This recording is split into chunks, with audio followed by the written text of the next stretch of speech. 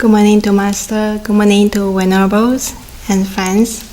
So this morning we continue to talk about one of the most important topic in Buddhism, which is the fourth truth in the Four Noble Truths. That is the middle way, or the path towards the ultimate liberation from all sufferings. Okay, and this is the path was completed by the Prince Siddhartha in India in about 2,500 years ago, and thus become the fully enlightened one, the Buddha. And right after the Buddha enlightened under the Bodhi tree, he does proclaim and show us and teach us, all the human beings, that this is the only way that lead to the liberations from all sufferings. All of us here has definitely has experienced certain levels, certain types of sufferings, stress, dissatisfactions in our life, right? And all of us want to gain peace, happiness, security in our life. It's the same to our ancestors in the past, and it will be the same to our children, grandchildren in future generations. All of us want happiness, want security. Nobody wants sufferings. And yet, because we lack of the right understanding, we do not know the truth. That's why we mistake that the happiness is, the sensual pleasure is the happiness. And thus we indulge ourselves in all kinds of material sensual pleasure, just like so many people nowadays.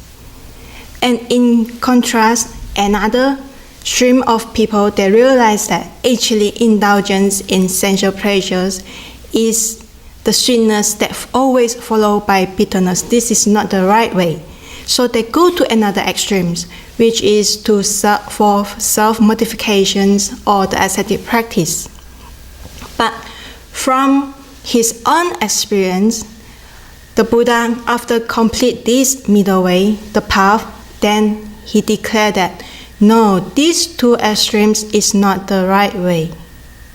That's why he said in his first sermon, saying that avoiding both of these extremes, because these two extremes is not profitable to us, is ignorable, is not the right way. And the only way, the right way, is the middle path, or we call it the Noble Eightfold Path. So this is the path that lead to the complete cessations of suffering, stress, and all kinds of dissatisfactions in life. And this well-known discourse given by Buddha is called the discourse on the setting the wheel of Dharma in motion. So in which the Buddha not just teach and advise us to practice, to walk on the path, but because the most important is the Buddha himself has proved it, he experienced it and realized it. That's why he teach out of his own experience. So now let us see what's the content of this Noble Eightfold Path. The first is the right view. The right view of what? Is the right understanding, the right knowledge about the Four Noble Truths. So again, just like what I say, we suffer because we do not know the suffering, and we do not know the cause of suffering. This is because lack of the right understanding. So the Buddha say suffering, what? We have two major types of suffering: the physical suffering from the birth, getting old, sick, and death. And we suffer, we feel stressful when we separate from our loved one, or we have to encounter something that we don't like, or we don't get what we want. All this causes suffering to us. And actually why this happened? Because we don't know the real truth about things and people out there, and we don't know, and most important is we don't know ourselves. And in fact, everything and everybody that present in this universe, they are all just compounded from causes and conditions. Nothing is permanent, nothing can stand alone by itself. All is under this law of dependent originations, means it's all by causes and conditions. So this body and mind is supported, is nourished by so many causes and conditions, right, since we were small. And all these causes and conditions is further supported by secondary conditions, and then by tertiary conditions. And each of these conditions is further supported, influenced by other conditions as well. That means each change in one condition it causes a series of changing. That means things always changing. Nothing is permanent. The present is different from the past, and the future is, the next moment is different from the present. So if we attach to something which it thinks is real, is everlasting, and we like it, once we attach to it, and once it changes, then we suffer. Okay? It's the same too. We thought that we are different from the rest. We are separated from the rest. But in fact, actually our life is supported by so many people and so many elements in this society. But because we don't see the truth, we don't see this law of causes and effect that is under the dependence originations, and that we thought that this itself is so precious. Okay, but if we really able to understand the sufferings from our lack of right understanding, and now we determine want to develop, want to learn more about the right knowledge, then we begin to have these determinations to vow to make this right understanding to become the guidelines of our life, to make it become the value of our life. So once we have determined to make up this kind of resolve or intention to live up this to the truth, then we say that the right resolve or the right intention is started to develop. So the right intention here means it's the result of the right understanding. We hear it and we think about it, and it's the result of our observation, deep analytical thinking, and thus we make up the mind. So it's not pure blind faith or superstitious belief. Okay, it's from our rational thinking, and thus we want to take this and put it into practice. Now let us ask ourselves, how often or how many times we really able to make a decisions in our life based on the real rational thinking? Most of the time, no. It's we take actions based on our feeling, gut feeling, or ideas, pressure from our family, friends, or because of the trend, the majority trend in society. Rarely we think about it. We think about our life rationally.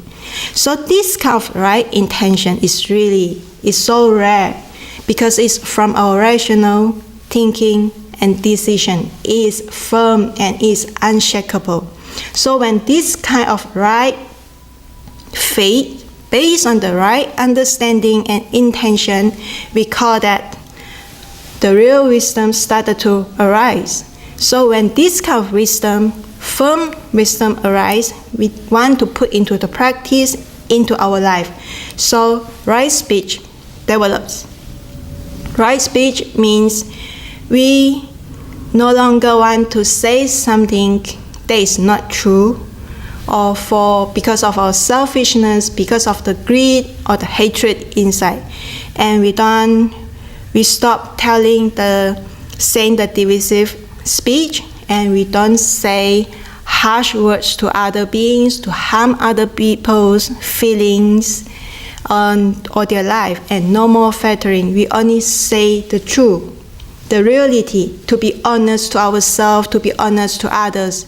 That is out of the respect. So, but not just about telling the truth, because it's also about telling the truth is not enough. We have to think about whether the truth, this reality is beneficial to others.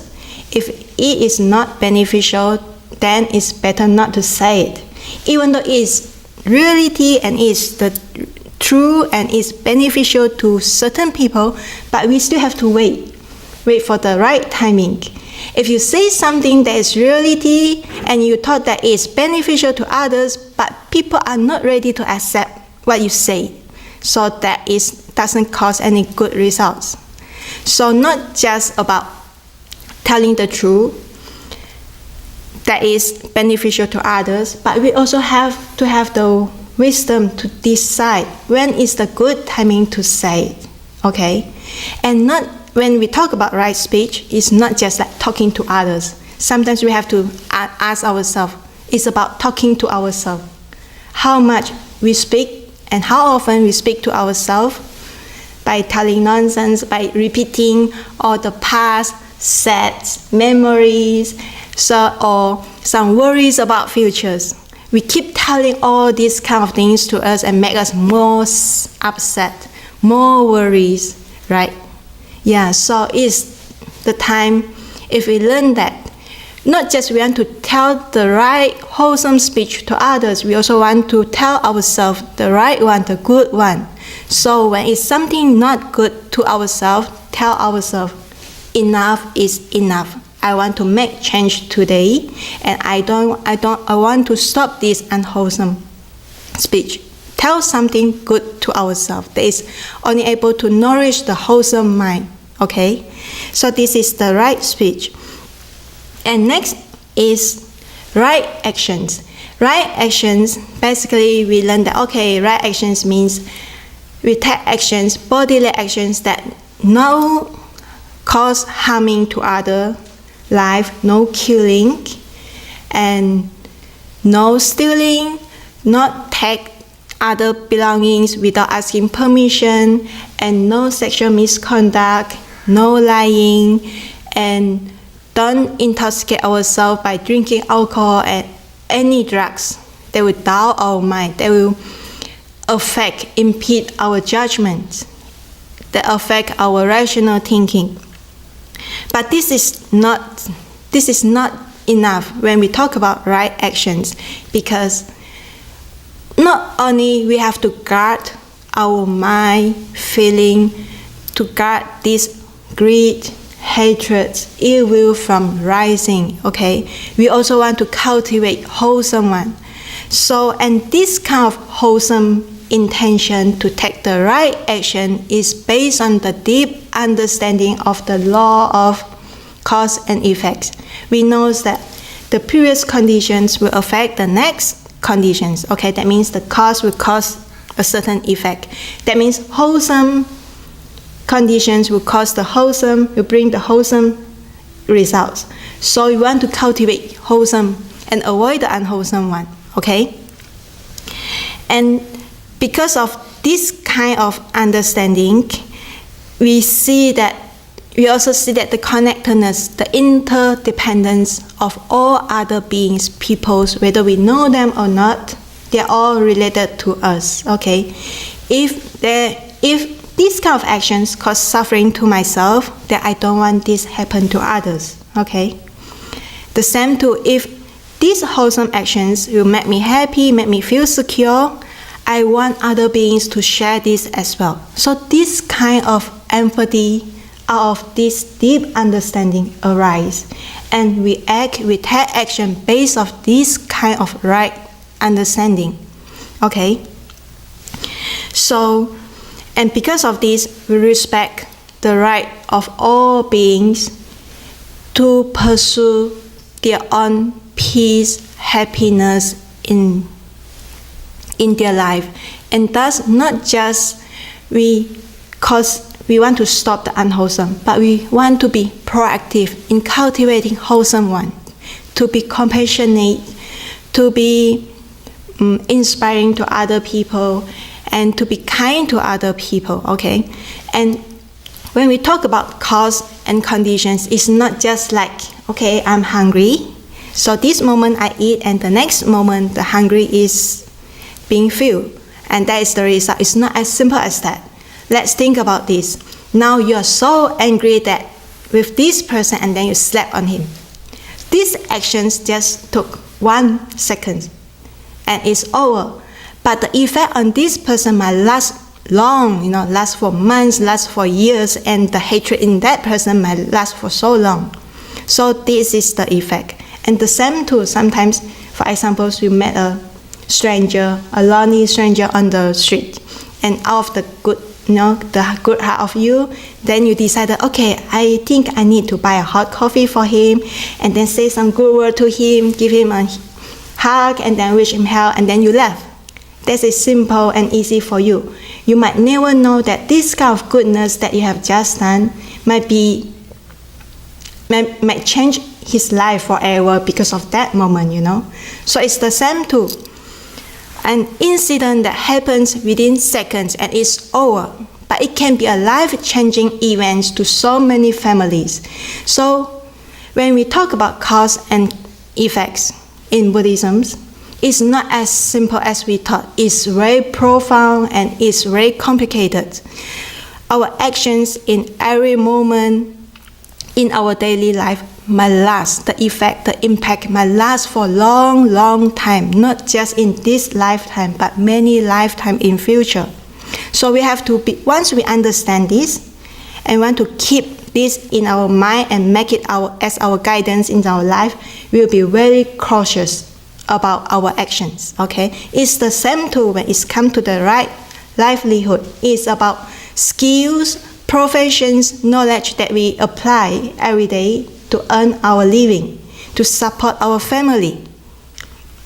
And in Buddhism, for monastic, it's easy because monastic give up all our material life, our family. We just to keep a simple life enough to fully devote ourselves into the practice, the spiritual practice.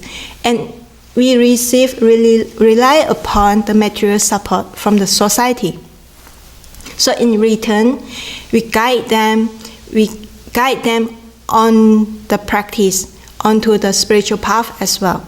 But for ladies, for most of you, most of them still cannot abandon, cannot give up their family responsibility, the social responsibilities. So there is a way.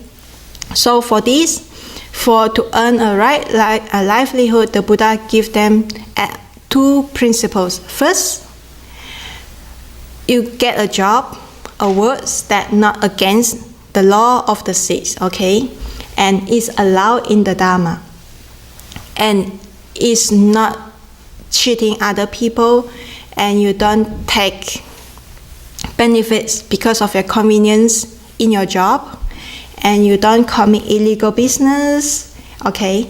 So this is the first principle. And the second is not just about like not doing so and so.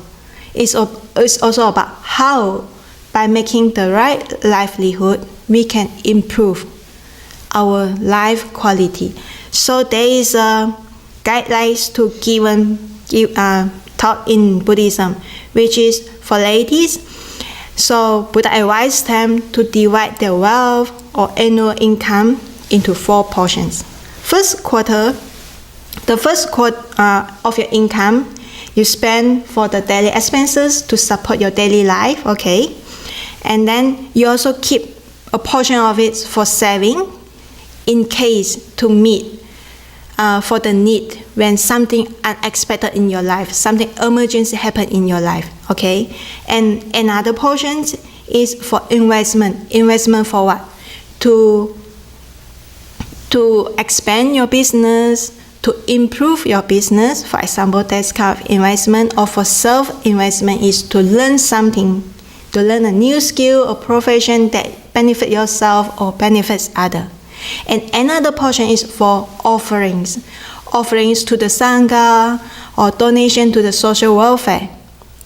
Okay, so livelihood is not just about living, eating, transportation, your clothing. It's about how you spend your income, your wealth wisely for the benefits of yourself and also the benefits of the society. But now when we talk about livelihood, always a question arises. What if the skill or the profession that I know, that I only know is about harming others, living beings? For example, you keep livestock. It's about slaughter other animals. Is like fishermen or hunting. Something that you feel like this I don't feel comfortable to continue to work on.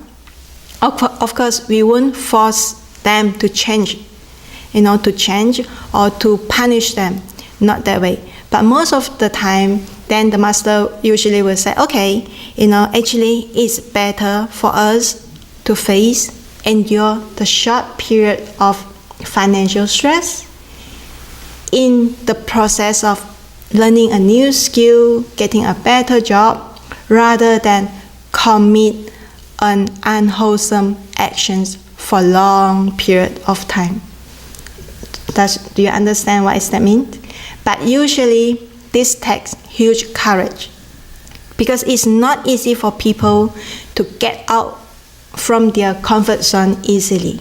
But if we really have this faith and confidence in the Dharma teaching, we'll be determined and take up the actions, okay? And actually, I did meet a very good examples, a young man, in Taiwan. If I have time later, I might want to share the story with you, okay? I will come back and share it, okay? And in conclusions, when we talk about speech, actions, and way of living, actually is about our morality, to live a moral life. When we talk about morality, it's not about like being obedient, to obey certain rules, and not to offense. It actually is about the shamefulness that from ourselves, thinking that, I haven't done enough.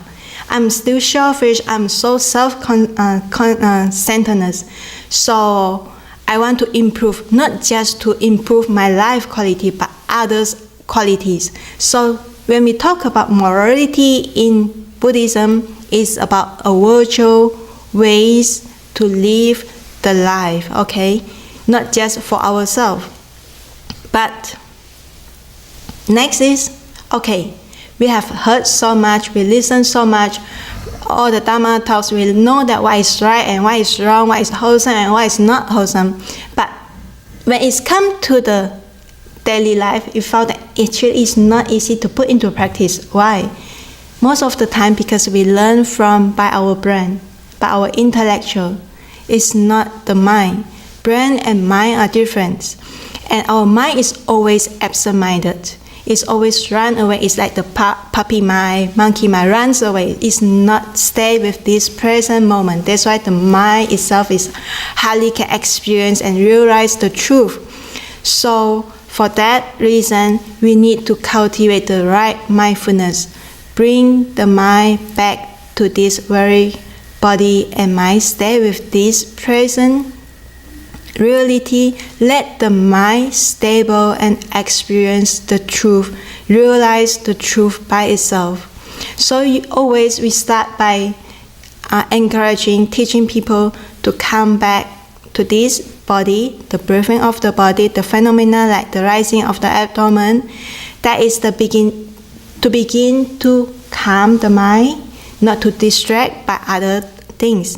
Why breathing? Because we breathe all the time, so it's always here.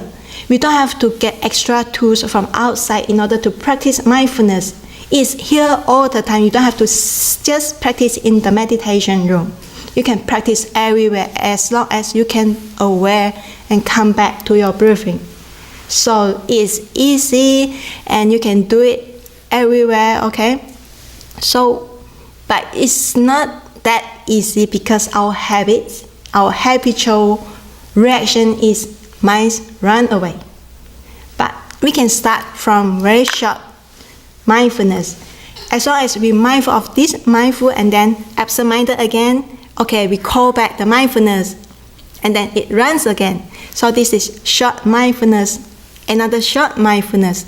As long as this mindfulness become longer and longer, more frequent, then it's become a sustained mindfulness. Okay? And this kind of sustained mindfulness, the stable mind, is a very important foundation for developing the right concentration.